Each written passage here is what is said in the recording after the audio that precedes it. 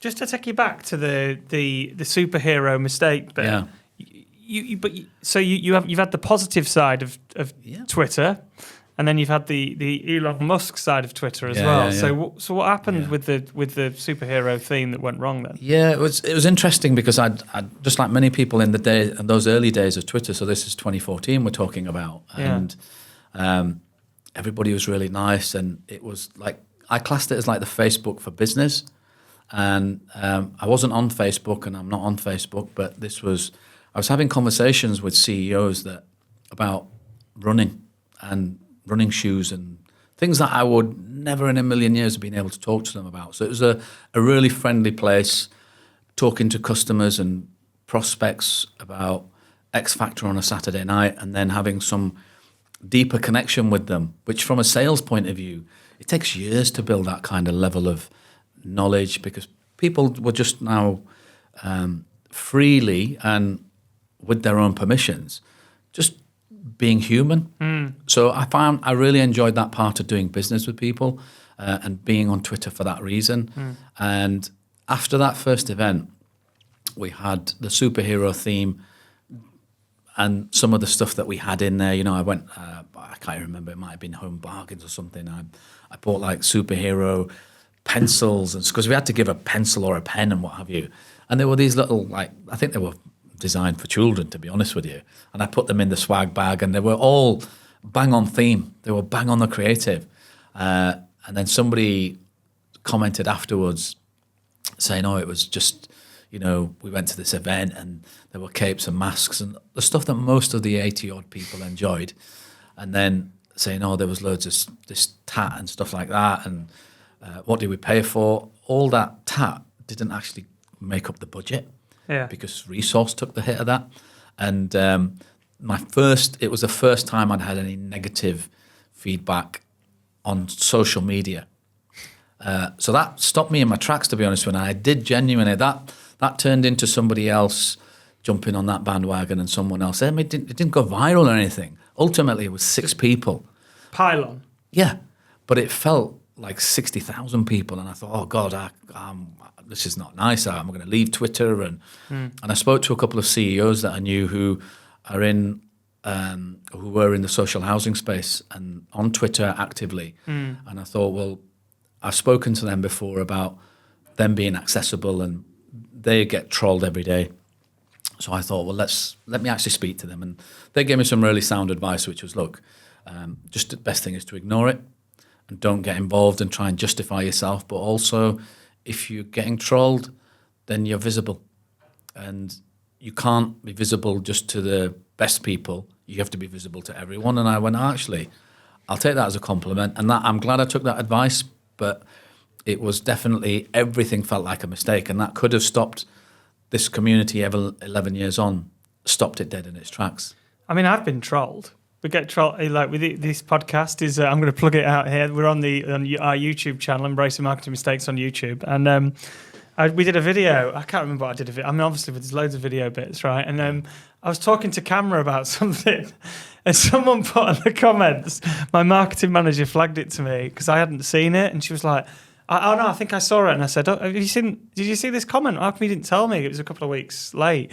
And she was like, I didn't think it was very nice. And it said, if he's got such a successful agency, why is he wearing that shirt? He can't. Oh no! And then people just saying like horrible things. You're like, and she was like, "Does that upset? Are you upset?" And I was like, "No, I don't care. Like, I really don't care. Like, there's people out there that you've got to think to yourself. The people out there, like, you've got your own people, right? The people you know. I care about the people that I know and that I value their opinion.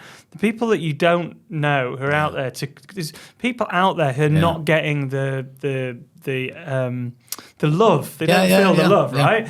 And the only way they can get some sort of credible engagement sometimes is by saying something really funny, which I actually laughed at the shirt comment, so fair play to you on YouTube, whoever said that. But I don't know if I wore the shirt again. I'll have to let you know. I do think that, you can't take this stuff too seriously. They're all keyboard warriors. Yeah. But I do know that when I've seen some people get cancelled or whatever, where you see people just get jumped on, piled on, I could see if it was something that was really embarrassing or whatever, that could be That could be quite horrible. And there's been quite a few but then often on Twitter back in the day, I'd see. I used to work with a guy called Jed Hallen, and back to the London reference, he wrote a blog post. Right, I worked with him. I'd worked with him. I actually hired Jed Hallen. He's like one of the. He works for quite some of the big agencies in London. He worked for Mindshare and stuff. Anyway, he wrote something on his. He wrote a blog post. It was a really articulate blog post about how London-centric the UK is, right? London takes all the glory, and just like what you were saying about your marketing events. And he wrote this post, and I knew what he was trying to say, which is basically there's also some talent up in the north as well. Yeah, absolutely. Don't turn down Manchester, Newcastle, and all these other places. Leeds, which where we are. Yeah. But he'd written it in quite a cocky, provocative. And oh my God, Twitter, it must have been 2016 or something like that. Yeah. They just piled on him, and I felt sorry for him, so I stuck up for him a little bit. But you saw the pile-on, and then a couple of days passed. He didn't tweet for a couple of weeks, which was only that was when he used to tweet all day. People would be doing so. I've seen it from every angle, and the truth is, value the people. I think value the people. Very much. You know. I think that's what it taught me, and we have had a couple of further instances. We had somebody who took the hashtag, and I had a bit of a vendetta against one particular comms professional in our community. And excuse me, so he'd actually created a hashtag com0 Z, saying the community doesn't provide any value, and I'm thinking, I don't even know who you are. It's by association, but it was one person. It was literally just one person. So we've had stuff like that before, and then more latterly there's one. Person, and that's kind of happening at the moment over the last year or so, that because there's a very senior comms professional who is being targeted by a troll, and he's tagging in Comms Hero into his posts, which I see, and I'm thinking it's two separate things. Please leave us alone. And you just have to ignore it. And you do realise that it is sometimes to somebody who's not necessarily confident in themselves. It would make you. It would crush you, and it would make you stop in tracks. And it made me stop posting for. It probably was 2 or 3 days, but it felt like 2 or 3 years. Because like you say, you could post 10, 15 times a day if you wanted. There wasn't any. Limits to what you should do, and there wasn't any guidebook or any best practice or good practice saying you should only do one tweet a week, like it happens on LinkedIn now. 3 or 5 posts a week and that kind of stuff. So people were just having conversations and engaging with people. So it was a big deal, and you do feel for a lot of people who are just doing their job, representing an organisation, and they get trolled.